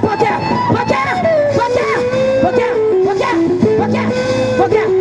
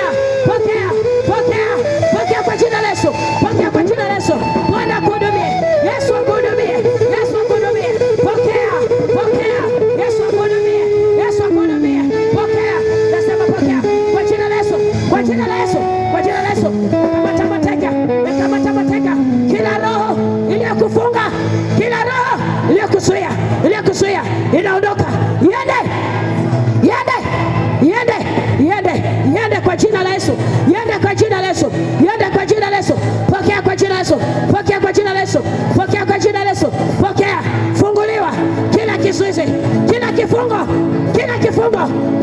kiende kwa jina la Yesu, pokea kwa jina la Yesu, pokea kwa jina la Yesu, pokea kwa jina la Yesu, pokea tamanio la moyo wako, tamanio la moyo wako kwa jina la Yesu, pokea kwa jina la Yesu, pokea kwa jina la Yesu, pokea kwa jina la Yesu, pokea kwa jina la Yesu, tamanio la moyo wako, tamanio la moyo wako, nasema upokee kila kizuizi, kila kung'ang'ana, kila kung'ang'ana, kila kung'ang'ana, kila kung'ang'ana, kila kung'ang'ana, kila kung'ang'ana, kila kung'ang'ana, uondoke, uondoke, uondoke.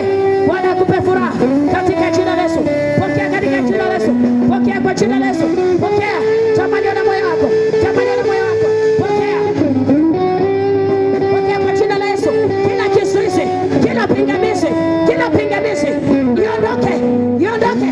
Nasema pokea tamanio la moyo wako, Bwana kuhudumie, akupe hitaji la moyo, akupe hitaji la moyo, pokea, pokea, receive kwa jina la Yesu, pokea, pokea, pokea, pokea kila kizuizi, kila roho ya kukwama, kila roho ya kukataliwa, roho ya kung'ang'ana, roho ya kuhangaika, yende, yende, yende, yende, yende kwa jina la Yesu, kwa jina la Yesu, pokea kwa jina la Yesu, kila roho iliyokuzuia yende, yende, yende kwa jina la Yesu, kila kizuizi, kizuizi cha mema, kizuizi cha mema, kizuizi cha baraka, kizuizi cha mema, kiondoke leo, kiondoke leo, kiondoke leo, kiondoke leo.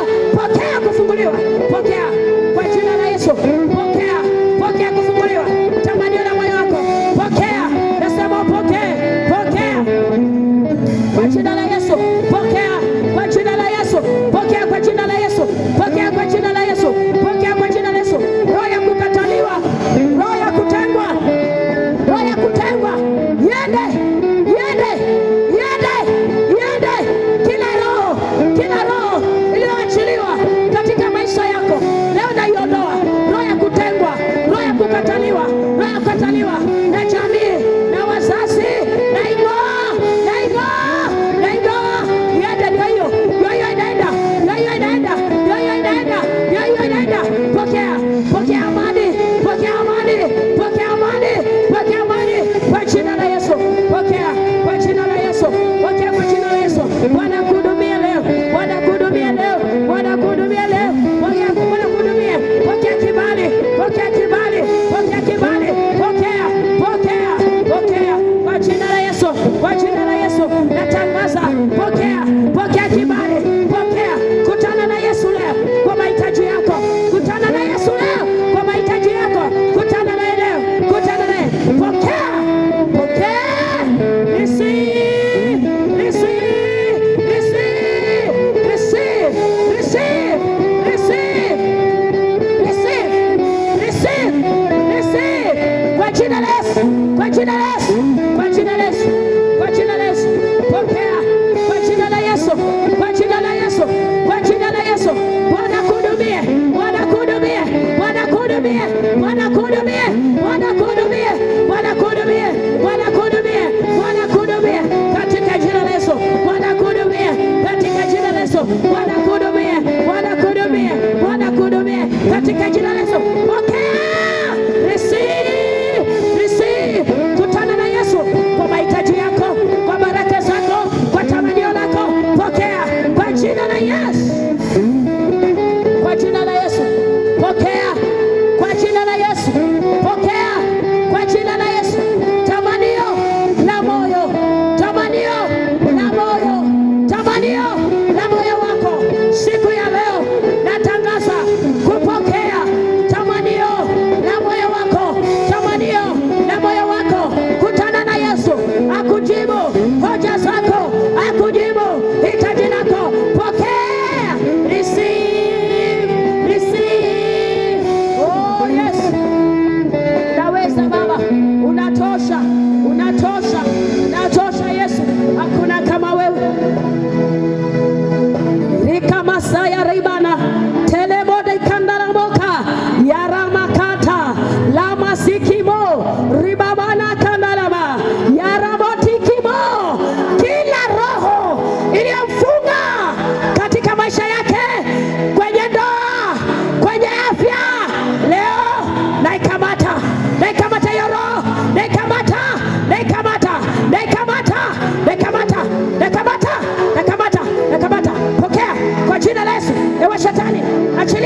maisha yake, achilia, achilia, achilia, achilia, achilia, achilia, achilia maisha yake.